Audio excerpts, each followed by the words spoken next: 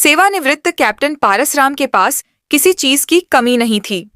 करोड़ों की संपत्ति के मालिक होने के बावजूद वह इतने कंजूस थे कि बेटों को तो घर से निकाल ही दिया, बेटी का भी इलाज नहीं कराते थे। यहाँ तक कि उनकी पत्नी एक आश्रम में काम करके खाना लाती थी। इस कंजूसी का नतीजा उनकी हत्या के रूप में सामने आया। पारसराम पुंछ सेना के कैप्टन पद से रिटायर जरूर हो गए थे, लेकिन लोगों पर हुक्म और डिक्टेटरशिप चलाने की उनकी नमस्कार दोस्तों, स्वागत है आप सबका हमारे YouTube चैनल में। अगर चैनल पर पहली बार आए हैं तो प्लीज चैनल को सब्सक्राइब जरूर कीजिए। शुरू करते हैं। आदत नहीं गई थी। सेवानिवृत्त के बाद यह बात उनकी समझ में नहीं आई थी कि सेना और समाज के नियमों में जमीन आसमान का अंतर होता है। अपने घर वालों के साथ मोहल्ले वालों पर भी वह अपनी हिटलरशाही दिखाते रहते थे। घर वालों की बात दूसरी थी, लेकिन मोहल्ले वाले या और दूसरे लोग उनके गुलाम तो थे नहीं जो उनकी डिक्टेटरशिप सहते। लिहाजा इसी सब को लेकर मोहल्ले वालों से उनकी अक्सर कहासुनी होती रहती थी। उनकी पत्नी अनीता उन्हें समझाने की कोशिश करती तो वह उलटे उसे ही डांट देते थे। उनके घर में पत्नी के अलावा एक बेटी निष्ठा थी। 22 अक्टूबर 2013 को करवा चौथ का त्योहार था। इस त्योहार के मौके पर महिलाओं के साथ साथ आजकल तमाम लड़कियां भी हाथों पर मेहंदी लगवाने लगी हैं। करवा चौथ से एक दिन पहले 21 अक्टूबर को निष्ठा भी अपने हाथों पर मेहंदी लगवाकर रात 8 बजे घर लौटी थी। उस समय घर पर पारसराम पुंछ भी मौजूद थे। निष्ठा की मां अनीता पंजाबी बाग स्थित एक संत के आश्रम में गई हुई थी। तभी निष्ठा ने कहा, पापा, मम्मी ने बाहर से सरगी करवा चौथ का सामान लाने को कहा था, आप ले आइए। मार्केट पारसराम पुंछ के घर से कुछ ही दूर था। वह पैदल ही सरगी का सामान लेने बाजार चले गए। जब वह सामान खरीद कर घर लौटे तो उनके दोनों हाथों में सामान भरी पॉलीथीन की थैलियां थीं। अभी वह अपने दरवाजे पर पहुंचे ही थे कि किसी ने उनके ऊपर चाकू से हमला कर दिया। दर्द से छटपटाकर उन्होंने जोर से बेटी को आवाज लगाई। उस समय तकरीबन 8:30 बज रहे थे। निष्ठा ने जब पिता के चीखने की आवाज सुनी थी तब वह पहली मंजिल पर थी। चीख की आवाज सुनकर उसने सोचा कि शायद आज फिर पापा का किसी से झगड़ा हो गया है। वह जल्दी जल्दी सीढ़ियां उतरकर नीचे आई। घर का मुख्य दरवाजा भिड़ा हुआ था। उसने जैसे ही दरवाजा खोला, उसके पिता सामने गिरे पड़े थे और हाथ में चाकू लिए एक युवक वहां से भाग रहा था। कुछ आगे एक युवक लाल रंग की मोटरसाइकिल पर बैठा था, जिसने सिर पर हेलमेट लगा रखा था। कुछ लोग गली में मौजूद थे, लेकिन उन्हें पकड़ने की किसी की भी हिम्मत नहीं हुई। युवक मोटरसाइकिल पर बैठकर भाग गए पिता को लहूलुहान देखकर निष्ठा जोर जोर से रोने लगी।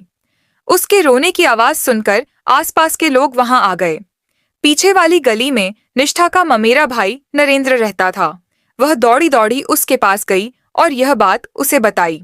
जब तक वह आता तब तक वहां काफी लोग जमा हो गए थे। मामा को लहूलुहान देखकर वह भी घबरा गया। लोगों के सहयोग से वह पारसराम को नजदीक के आचार्य श्री भिक्षु सरकारी अस्पताल ले गया, लेकिन डॉक्टरों ने पारसराम पुंछ को मृत घोषित कर दिया। इसी दौरान किसी ने पुलिस कंट्रोल रूम को फोन करके सूचना दे दी कि मोती नगर के सुदर्शन पार्क स्थित मकान नंबर B467 के सामने एक आदमी का मर्डर हो गया है। पीसीआर ने यह सूचना थाना मोती नगर को दे दी। हत्या की खबर मिलते ही थाना प्रभारी शैलेंद्र तोमर, इंस्पेक्टर तफ्तीश रमेश कलसन, हेड कांस्टेबल सत्य प्रकाश और कांस्टेबल कृष्ण राठी आदि के साथ घटनास्थल पर पहुंच गए। उन्होंने देखा कि सुदर्शन पार्क के मकान नंबर B462 के सामने काफी मात्रा में खून पड़ा था। पता चला कि किसी ने रिटायर्ड कप्तान पारसराम पुंछ को कई चाकू मारे थे, जिन्हें आचार्य श्री भिक्षु अस्पताल ले जाया गया है। थाना प्रभारी अस्पताल पहुंचे तो डॉक्टरों से पता चला कि पारसराम की अस्पताल लाने से पहले ही मौत हो गई थी। पुलिस ने लाश कब्जे में लेकर उसे पोस्टमार्टम के लिए दीनदयाल अस्पताल भेज दिया। थाना प्रभारी ने सेना के पूर्व कैप्टन पारसराम पुंछ की हत्या की खबर आला अधिकारियों को भी दे दी। थोड़ी देर में डीसीपी रणजीत सिंह और एसीपी ईश सिंघल भी मौका वारदात पर पहुंच गए। मौका मुआयना करने के बाद पुलिस अधिकारियों ने आसपास के लोगों से बात की। मृतक की बेटी निष्ठा और कुछ लोगों ने पुलिस को बताया कि उन्होंने हमलावर को हाथ में चाकू लिए वहां से भागते देखा था। डीसीपी रणजीत सिंह ने इस केस को सुलझाने के लिए एसीपी ईश सिंघल के नेतृत्व में एक पुलिस टीम बनाई। टीम में थाना प्रभारी Shailendra Tomar, inspector Ramesh Kalsan, SI Gulshan Nagpal, head constable Satyaprakash, constable Krishna Rathi, Amit Kumar, Randhir आदि को शामिल किया गया। पुलिस को घटनास्थल से ऐसा कोई सबूत नहीं मिला जिसके सहारे हथियारों तक पहुंचा जा सकता। यह एक तरह से ब्लाइंड मर्डर केस था। इसलिए पुलिस ने सबसे पहले पूर्व कैप्टन पारसराम और उसके परिवार के बारे में छानबीन करनी शुरू की। छानबीन में पता चला कि मृतक पारसराम पुंज तेजतर्रार व्यक्ति थे। उनके मिजाज की वजह से मोहल्ले के लोगों से उनकी अक्सर कहासुनी होती रहती थी, लेकिन इस मामूली कहासुनी की वजह से कोई उनकी हत्या नहीं कर सकता है। पुलिस को ऐसा नहीं लग रहा था। फिर भी पुलिस ने मोहल्ले के उन लोगों से भी पूछताछ की जिनसे कप्तान साहब की नोकझोंक होती रहती थी। इसके बाद पुलिस ने पारसराम पुंज और बेटी निष्ठा पुंज के मोबाइल फोन नंबरों की कॉल डिटेल्स निकलवाई। इससे पता चला कि निष्ठा की कुछ नंबरों पर ज्यादा बातें होती थीं। 16 साल की निष्ठा जवान होने के साथ साथ खूबसूरत भी थी। इसी मद्देनजर पुलिस ने यह सोचना शुरू कर दिया कि कहीं निष्ठा का किसी लड़के के साथ कोई चक्कर तो नहीं चल रहा था। हो सकता है कप्तान साहब उसके प्यार में रोड़ा बन रहे हों और इसलिए उसने अपने प्रेमी की मार्फत अपने पिता को ठिकाने लगवा दिया हो। जिन नंबरों पर निष्ठा की ज्यादा बात होती थी, पुलिस ने उनका पता लगाया तो वे एक झुग्गी बस्ती में रहने वाले युवकों के नंबर निकले। पूछताछ के लिए पुलिस ने उन युवकों को थाने बुलवाकर पूछताछ करनी शुरू की। उन्होंने बताया कि उनकी निष्ठा से केवल दोस्ती थी। उसके पिता के मर्डर से उनका कोई लेना देना नहीं था। उन लड़कों से सख्ती से की गई पूछताछ के बाद भी कोई नतीजा सामने नहीं आया। इसी बीच पुलिस टीम को मुखबिर से खास जानकारी यह मिली कि हमलावर लाल रंग की जिस पैशन मोटरसाइकिल से आए थे उस पर हरियाणा क्राइम हरियाणा का नंबर था। वह नंबर क्या था यह पता नहीं लग सका, जबकि बिना नंबर के मोटरसाइकिल ढूंढना आसान नहीं था। जांच टीम ने एक बार फिर घटनास्थल से मेन रोड तक आने वाले रास्तों का मुआयना किया। उन्होंने देखा कि जहां पारसराम पुंज का मर्डर हुआ था उसके सामने वाले मकान के बाहर सीसीटीवी कैमरा लगा हुआ था। संभावना थी कि कातिलों की और उनकी मोटरसाइकिल की फोटो उस कैमरे में जरूर कैद हुई होगी। यही सोचकर पुलिस ने उस मकान के मालिक से बात की। उसने बताया कि उसके कैमरे की डीवीआर नहीं हो रही है। इससे पुलिस की उम्मीद पर पानी फिर गया। जिस गली में पारसराम का मकान था उसके बाहर मोड़ पर सुरेश का चावल का गोदाम था। गोदाम के बाहर भी सीसीटीवी कैमरे लगे हुए थे। पूछताछ के बाद पता चला कि वहां लगे सीसीटीवी कैमरे भी काम नहीं कर रहे थे।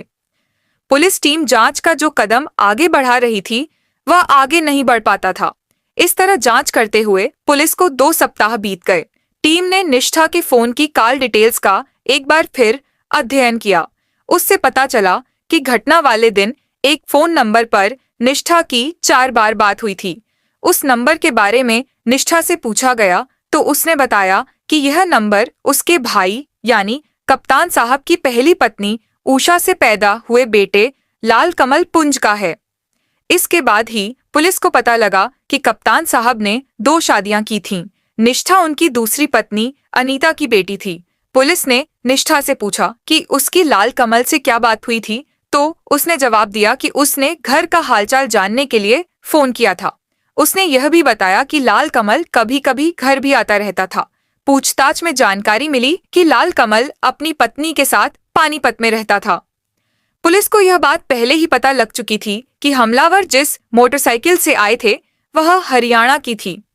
लाल कमल भी हरियाणा क्राइम हरियाणा में ही रह रहा था। इससे पुलिस को शक होने लगा कि कहीं लाल कमल ने ही तो पिता को ठिकाने नहीं लगवा दिया।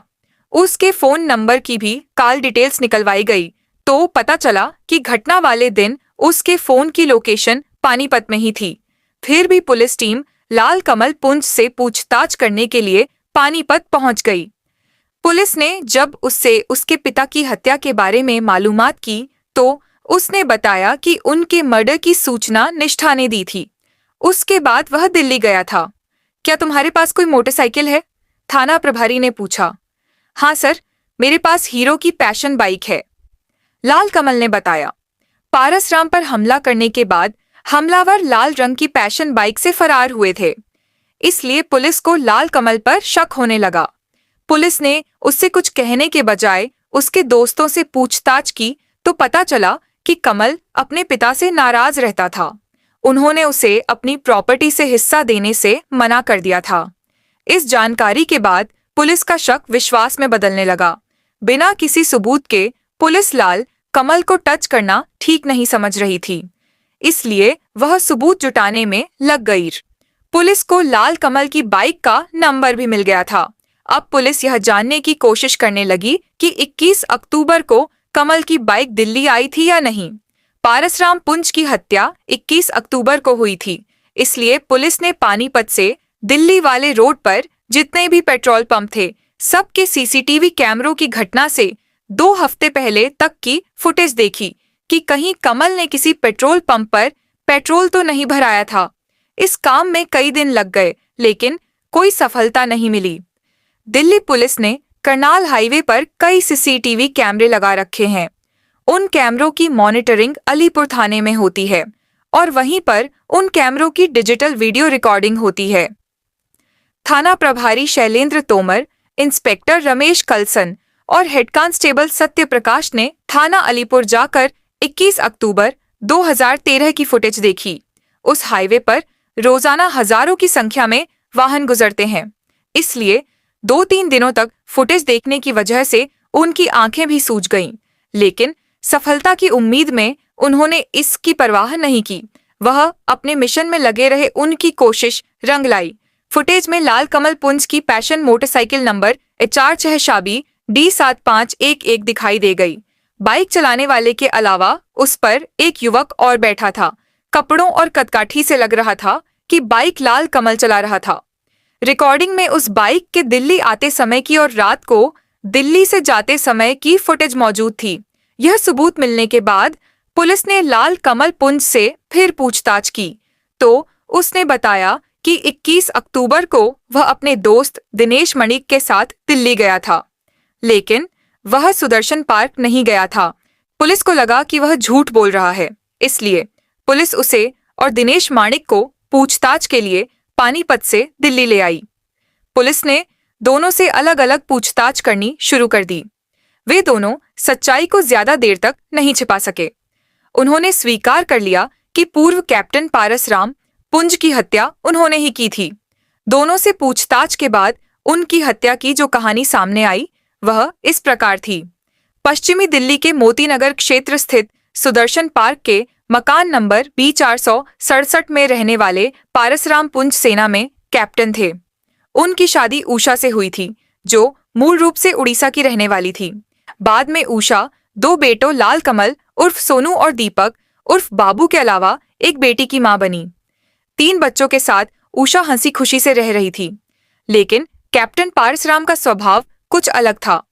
वह आर्मी की तरह अपने घर में भी डिक्टेटरशिप चलाते थे और छोटी छोटी बातों पर पत्नी और बच्चों को गलती की सजा देते थे जब तक कप्तान साहब ड्यूटी पर रहते थे। घर के सभी लोग अमन चैन से रहते थे, लेकिन उनके छुट्टियों पर घर आते ही घर में एकदम से खामोशी छा जाती थी। घर के सभी सदस्य भीगी बिल्ली बनकर रह जाते थे। उनके डर की वजह से घर वाले ज्यादा नहीं बोलते थे। वह सोचते थे कि पता नहीं किस बात पर उन्हें सजा मिल जाए। कप्तान पारसराम परिवार के सदस्यों को सेना के जवानों की तरह कड़े अनुशासन में रखना चाहते थे। वह यह बात नहीं समझते थे कि सेना और समाज के नियम कायदों में जमीन आसमान का अंतर होता है। सेना से रिटायर होने के बाद पारसराम ने चांदनी चौक इलाके में सर्जिकल सामान बेचने की दुकान खोल ली। उनके 3 बच्चे पढ़ रहे थे।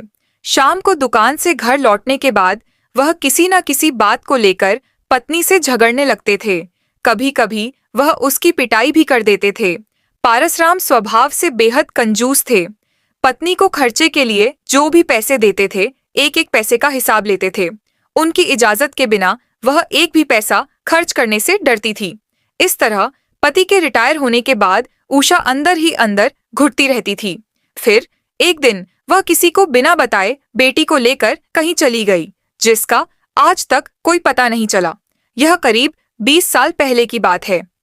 पारसराम ने पत्नी को संभावित जगहों पर तलाशा, लेकिन वह नहीं मिली। बाद में सन 1995 में पारसराम ने अनीता नाम की महिला से शादी कर ली। करनाल के एक गांव की रहने वाली अनीता की पहली शादी यमुनानगर, हरियाणा में हुई थी, लेकिन पति की मौत हो जाने की वजह से उसकी जिंदगी में अंधेरा छा गया था। पारसराम से शादी करके वह मोतीनगर के सुदर्शन पार्क स्थित उनके घर में रहने लगी। 3 मंजिला मकान में उसका परिवार ही रहता था। उसने मकान का कोई भी फ्लोर किराए पर नहीं उठा था।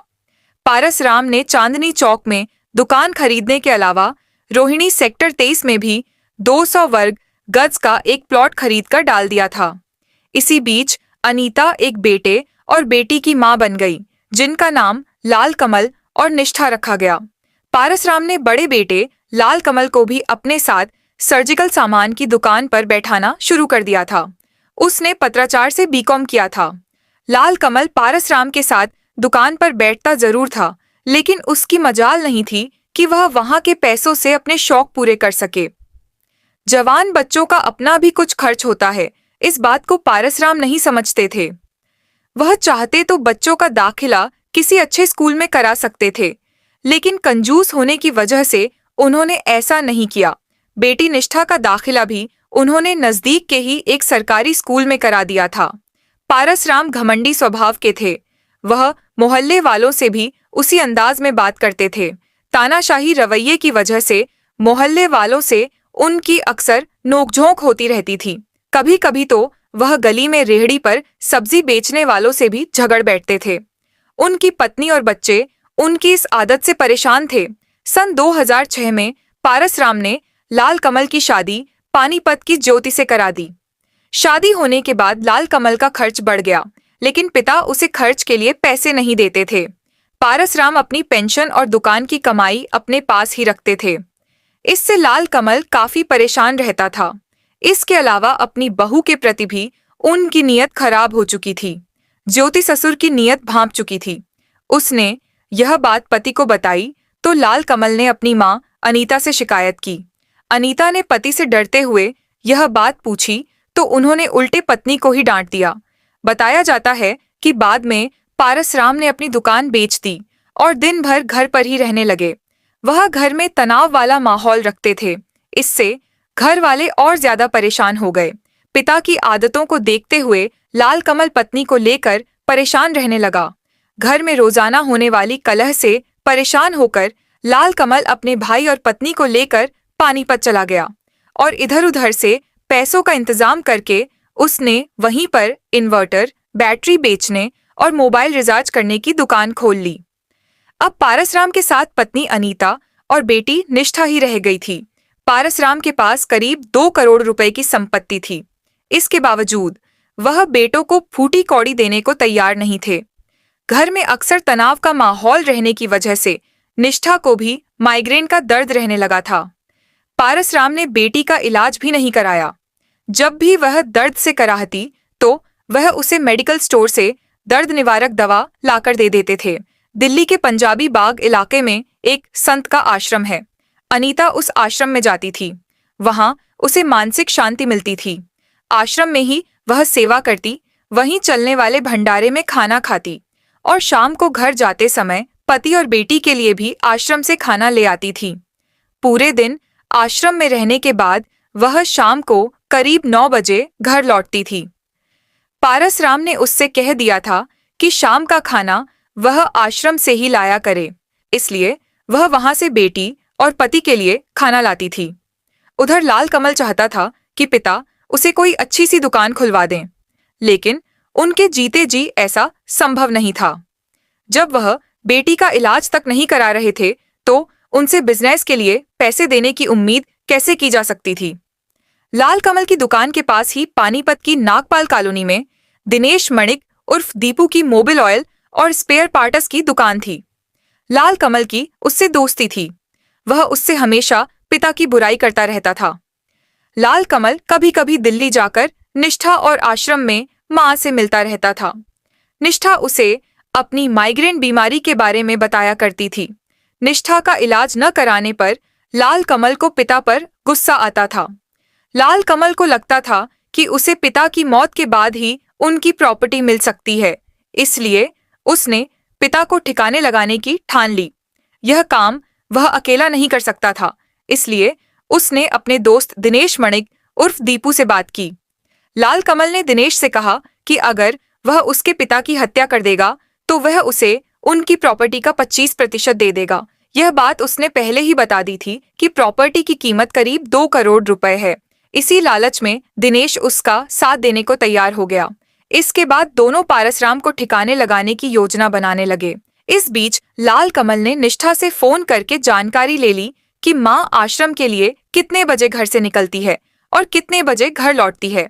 दिनेश ने लाल कमल के साथ जाकर कई बार उसके घर और इलाके की रेकी की। हत्या के लिए उन्होंने पानीपत से एक चाकू भी खरीद लिया था। पूरी योजना बनाने के बाद लाल कमल 21 अक्टूबर 2013 को अपनी passion motorcycle number HR 60D7511 से दिनेश को साथ लेकर दिल्ली के लिए रवाना हुआ। वह जानता था कि अगर वह फोन अपने साथ दिल्ली ले जाएगा तो फोन की लोकेशन के आधार पर पुलिस उस तक पहुंच सकती है, इसलिए उसने अपना ही नहीं बल्कि दिनेश का फोन भी पानीपत दिल्ली रोड से चांदनी बाग की तरफ जाने वाली सड़क पर एक जगह छिपा दिया। ये दोनों शाम 8 बजे के करीब मोतीनगर के सुदर्शन पार्क की मार्केट में पहुंच गए। दोनों ने तय कर लिया था कि वारदात को घर में ही अंजाम देंगे। इत्तेफाक से लाल कमल ने बाजार में खरीदारी करते हुए अपने पिता को देख लिया। वह उस समय पत्नी के करवा चौथ व्रत का सामान खरीद रहे थे। उन्हें क्या पता था कि पत्नी के व्रत रखने से पहले ही मौत उन्हें आगोश में ले लेगी। लाल कमल एक ओर छिपकर उन पर निगाहें रखने लगा। सामान लेकर जैसे ही पारसराम घर की तरफ चले, लाल कमल भी बाइक से धीरे धीरे उनके पीछे चल दिया।